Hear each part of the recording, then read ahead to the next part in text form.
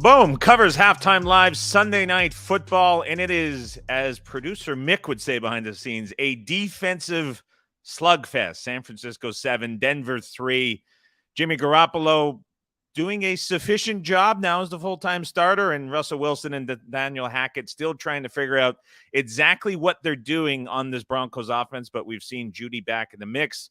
Cortland Sutton have his hand in a few plays, and of course, Javonte Williams, always a threat out of the backfield, running for just more than 40 yards. A bit of a back and forth half. Good to see a lot of familiar faces in the chat. As always, we do these cover halftime live every single halftime of every single primetime or standalone game all season. Paul, Steve, Papa Calls, Fady, Crazy Carl, Steve. Great to see everybody in. And it was a good Sunday all the way around, too. So good to see everybody in relatively good spirits, which is a little bit of a change here for the halftime shows so far through the first 3 weeks. Let's try to figure out exactly what's going on in this game. So I came into this game kind of wanting to have a specific look on the second half because I elected not to play it to begin the game. And now as we start to see numbers roll out, I'm trying to see if it really still makes sense. So from the box score perspective, we're just looking at the team stats. 186 yards for San Francisco, 140 for Denver. It's been dominated by San Fran, 6.2 yards per play to just 4.7 for Denver, nearly 7 yards a pass for Jimmy G. The big thing that stands out to me is seeing a handful of drives for both teams, relatively longer in length, result in punts. Denver had a 60-yard drive that resulted in a punt. San Francisco, a 45-yard drive, another 30-yard drive that ended up in a punt. So the teams have had really no issue at times moving the football. They've had some explosive plays mixed in, but field position, couple punts downed inside the 10. We've seen that really work against both of these offenses. And so there's been kind of two ways I think you look at this. One is that defensive slugfest.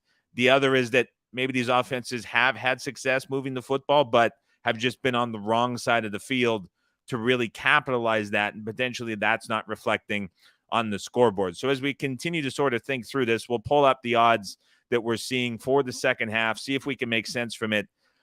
And I'll be dead honest, like everything about this is semi coin flipping in a way, to put it sort of lightly. We're seeing Denver as a slight favorite. The second half total at 21.5.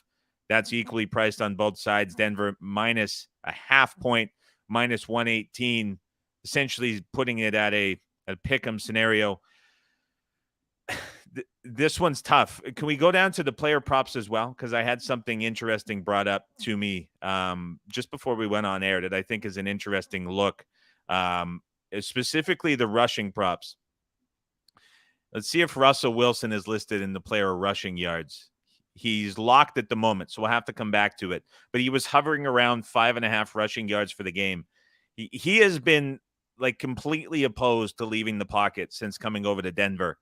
And in another tight game with the Broncos looking at another loss potentially after what they did on Monday Night Football in prime time, this is a massive game for the Broncos at home. And I wonder if there's going to be some added emphasis if he's going to have to run at least once like we've seen him in his past. So that one's locked, so we won't look at it. But if you have your book open and you do see a Wilson rushing yards prop, let me know what number you're seeing, also where you're finding that. Maybe we can add that up and have it posted in the chat. We can make some sense of that. But if we go back to the second half lines, to me, it's a tough one, but I just have to think that both of these teams and the offenses that they have don't go a combined 2 for 14 on third down in the second half.